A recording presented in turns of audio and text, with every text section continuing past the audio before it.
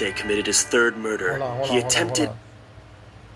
When Beyond Birthday committed his third murder, he attempted an experiment, namely to see if it were possible for a human being to die of internal hemorrhaging without rupturing any organs. Specifically, he drugged his victims so they fell unconscious, tied them up, then proceeded to beat their left arm thoroughly, being careful not to break the skin. He was hoping to bring about enough hemorrhaging to cause death from loss of blood, but this attempt ended sadly in failure. Blood congested in the arm, and it turned purplish red beneath the skin, but the victim did not die. They simply shook, convulsed, and remained alive. He had been convinced the blood loss incurred by this would be enough to kill someone, but apparently he had underestimated the matter. As far as Beyond Birthday was concerned, the actual method of murder rated fairly low on the amusement scale, and it was never more than an interesting experiment. It did not particularly matter to him whether it succeeded or not. Beyond Birthday simply shrugged and took out a knife. No. Not this style, not this narrative voice. I'll never manage to keep up this arc tone all the way through.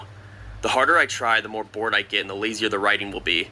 To put it in terms Holden Caulfield might use, one of history's most famous literary bullshitters, detailing what Beyond Birthday did and thought did not suit any purpose, even if, in my position, I have a great deal of sympathy for him. Explaining the entirety of his murders in carefully phrased sentences does not in any way increase the value of these notes.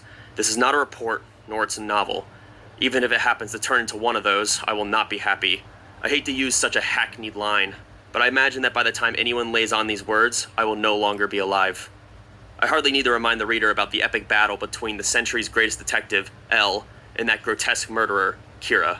The instrument of death was a little bit more Please listen to the way... Can you hear the disdain that he has for Kira? Can you hear it? You see, oh God, hold on. Let me fix my lighting. Hold on. I don't know if this is any better. I don't think so.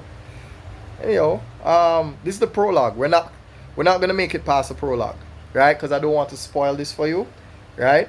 My intention is to copy this link, drop it in a post on my YouTube, and please, guys, go to Light Novel Dramatic Reading, Death Note, Another Note, LABB Murder Cases. Listen to me. I've said everything that I could say about the things I love and hate about Death Note, but this, if Death Note is a 9 out of 10, this is a 12. This right here. You know many people have been begging for this to have its own adaptation? People have been begging for this to be an anime. Begging. Petitions. You understand? Anyway, I'm not going to take too long. We're going to get through the prologue, and when we're done, we have a discussion, yeah? So let's play. Fantastic than a guillotine, for example, but all Kira accomplished was another reign of terror and a pathetically infantile way of thinking. Looking back, I can only surmise that the gods of victory smiled on Kira for their own vain amusement. Perhaps these gods actually wanted a blood-soaked world of betrayal and false accusation. Perhaps the entire episode exists as a lesson to teach us the difference between the Almighty and the Shinigami. Who knows? I, for one, have no intention of wasting any more time thinking about this most negative series of events. To hell with Kira. What matters to me is L. L. The century's greatest detective. In light of his staggering mental abilities, L died an unjust and untimely death. In the public record alone, he solved over 3,500 difficult crimes and sent 3 times that number of degenerates to prison. He wielded incredible power, was able to mobilize every investigative bureau in the entire world, and was applauded generously for his efforts. And during it all, he never showed his face. I want to record his words as accurately as possible, and I want to leave them for someone to find. As someone who was given the chance to follow in his footsteps. Well, I may have not been able to succeed him, but I want to leave this behind. So what you're reading now are my notes about L. It's a dying message, not from me, and not directed at the world. The person who will most likely read this first will probably be that big-headed twit Nier. But if that's the case, I will not tell him to shred or burn these pages. If it causes him pain to discover that I knew things about L that he did not, then that's fine. There's also a chance that Kira might read this, and I hope he does. If these notes tell the murderer, who only got by with the help of a supernatural killing notebook and an idiot of a Shinigami, that he was, under any other circumstances, not even worth the dirt beneath L's shoes. then they have served their purpose. I am one of the few people who have met L as L. When and how I met him, this is the single most valuable memory I have, and I will not write it here. But on that occasion, L related to me 3 stories of his exploits, and the episode involving Beyond Birthday was one of these. If I drop the pretense and simply refer to it as the Los Angeles BB murder cases, then I imagine many of you will have heard of them. Obviously, it never came to light that L, and more importantly, Whammy's house, which raised me until I was 15, was deeply connected to the matter. But in fact, they were. L, on principle, never got involved in a case unless there were more than 10 victims or $1 million at stake. And this is the real reason why he belatedly, but aggressively, involved himself in this little case, which only had 3 or 4 victims. I'll explain further in the pages that follow, but for this reason, the case of the Los Angeles BB murders are a watershed event for L, for me, and even for Kira. It was a monumental event for all of us. Why? Because this case is where L first introduced himself as Ryuzaki. So let us skip all past the tedious descriptions of what Beyond Birthday thought of how he went about killing his 3rd victim, since I have little interest in that at all. And while we're at it, let's skip the 2nd and 1st victims. Make no effort to look back at these earlier murders. Maud adjusts the clock's hands in the morning to the day after, the glittering moment when the century's greatest detective, L, first began to investigate the case. Oh, I almost forgot. In the event that anyone besides Big-Headed Near or the deluded murderer is reading these notes, then I should at least perform the basic courtesy of introducing myself, here at the end of the prologue. I am your narrator, your navigator, your storyteller. For anyone else but those two, my identity may be of no interest, but I am the old world's runner-up, the best dresser that died like a dog, Mikhail Keel. I once called myself Mellow and was addressed by that name, but that was a long time ago. Good memories and nightmares.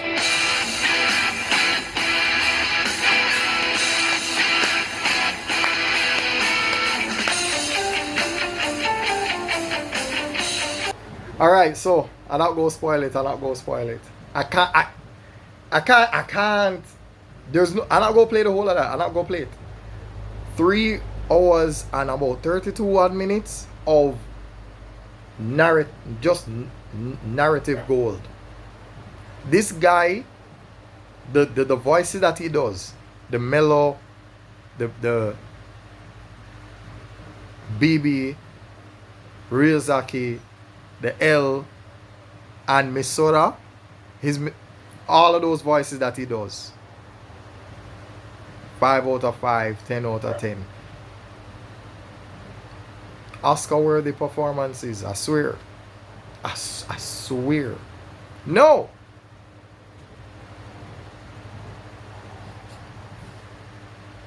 This should be the moment where I talk about the pot that called the kettle the blacklist. But you know what? Let's have a fun theoretical discussion about, L, versus, I would say, let's see, how I, there you go. Yeah. So this is L versus Kira. Alright? How about that? Or maybe I should I do it? Yeah, see, look at that. That look a little better. Yeah. This case is a little bit more convincing, yeah? So, I don't know if I should state this here, but in another video, I might have mentioned, yeah, the way that L could have defeated Kira. There was a way that I'm not sure his personality would have allowed for, but if he had done it this way,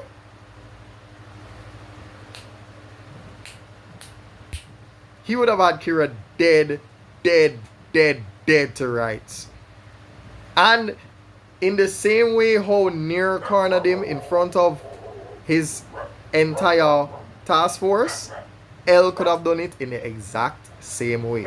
So if you want to see that, there's another video where, yeah, so if this happens to be on Instagram, TikTok, or, well, probably YouTube, and you see a little card flash, if you see a card flashing, and that video is most likely where you will hear me talk about how could L have possibly beaten Kira. How could L not have taken an L to Kira? How? You notice this looks like a KO? But anyhow, I guess now I have to do it, right? I might as well do a no picking site. I have to do a no picking site now, where I sort of just kind of watch the episodes with you guys. What choice do I have? By the way, this is one of the best anime dubs I've heard in my life. I almost never remember watching this in the Japanese sub. You understand? I almost never remember doing that. So the fact that I can't remember ever watching this with the Japanese sub, or rather the Japanese voices with the English subs, shows you how phenomenal the dub was for this. The dub was incredible. The voice actors, incredible. They did an amazing job. And then, of course, the soundtrack. Come on. That's part of the reason why I played the prologue. I played the prologue because I knew that I would have heard some of those music cues. Perfect. So anyhow,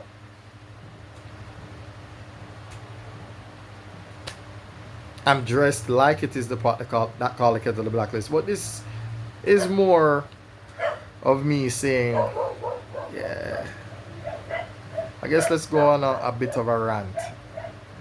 You know, let's go on a bit of a rant, and I guess that's what this was. So, or maybe a bit of a roll. Who knows? Yeah. How's that for a reel? How's that for reeling it in?